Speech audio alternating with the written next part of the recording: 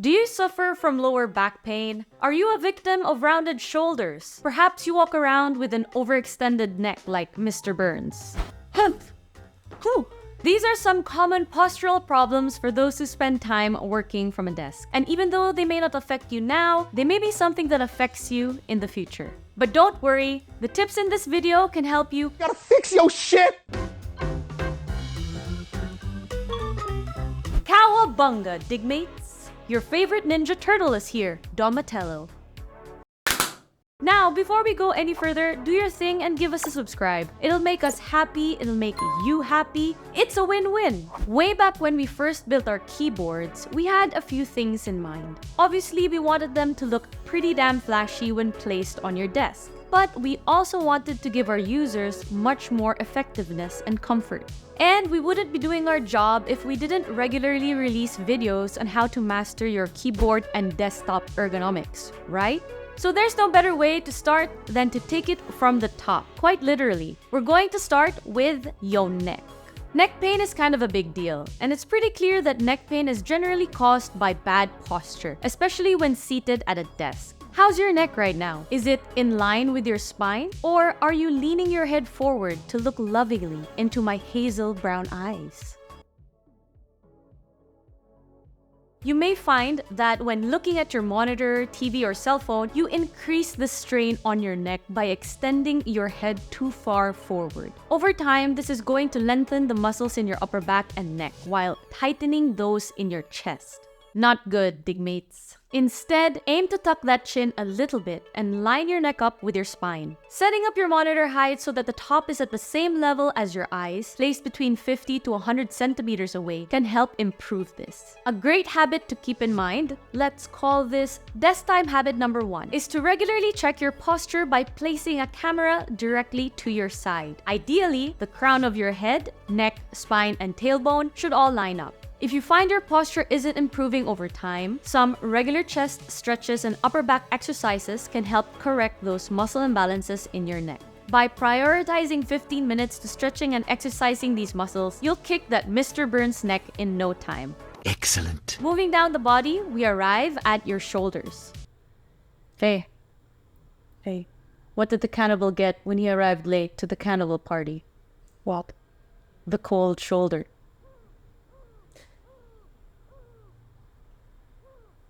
Did you know that the shoulder joint is the most complex joint in your body? They allow us to move our arms in almost any direction we like. But just like your ex-lover, being complex can come with a ton of potential issues. Rounded shoulders, for one, are becoming all too common. Again, those who spend long hours typing at a desk fall into the habit of gradually rounding off their shoulders. Traditional keyboards certainly don't help as they require you to keep your hands in a close together typing position throughout the day. This is one of the primary reasons we built a split design keyboard in the first place. By placing each half shoulder width apart, you'll not only create a more open-chested, less rounded typing posture, but you'll also take a lot of pressure off your elbow and upper back.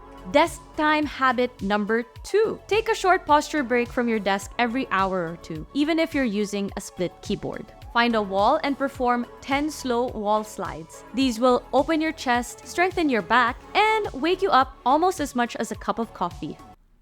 Now moving further down the body.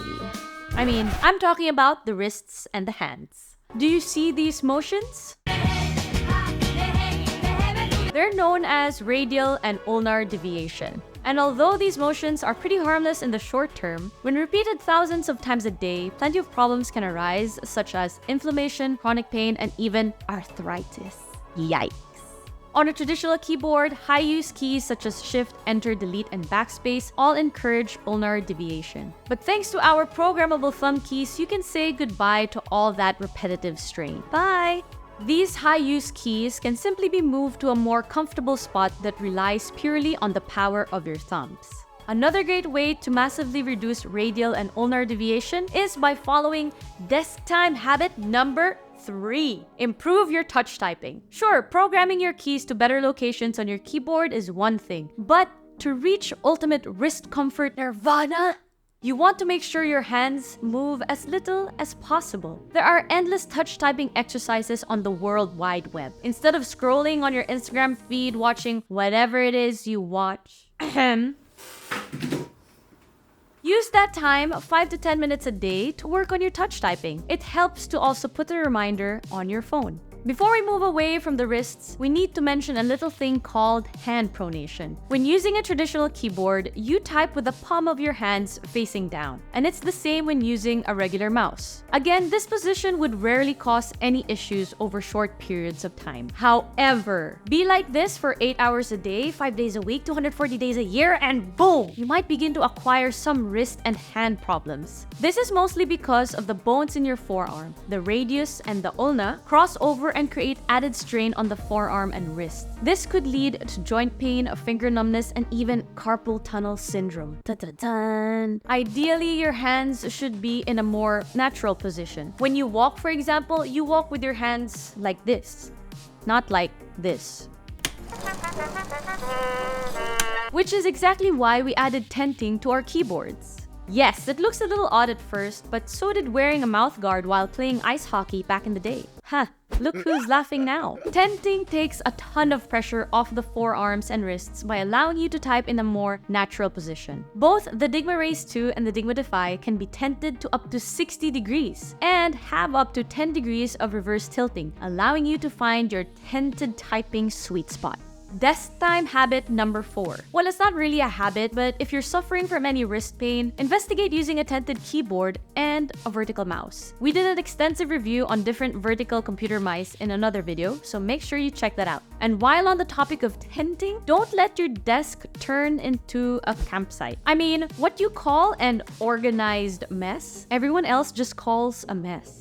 And it's certainly no good for ergonomics. A messy desk forces you to place the mouse and keyboard in funky positions, just like pitching a tent at Glastonbury. Not ideal. And all sorts of strange wrist, neck, and head tilting can eventually end up giving you a completely avoidable injury. Solution: do your best to keep your mouse and keyboard in optimal positions throughout the day, despite the mess. And for our desk time habit number 5, take 2 minutes at the end of every day to give your desk a quick clean. It's worth the little time, and a lot can be accomplished in 2 minutes. Really? Yes! In a world where the desktop workforce is stronger than ever before, we all deal with the same battles, postural problems, injuries, and hindrances. Comment below your favorite positions. Desktop positions.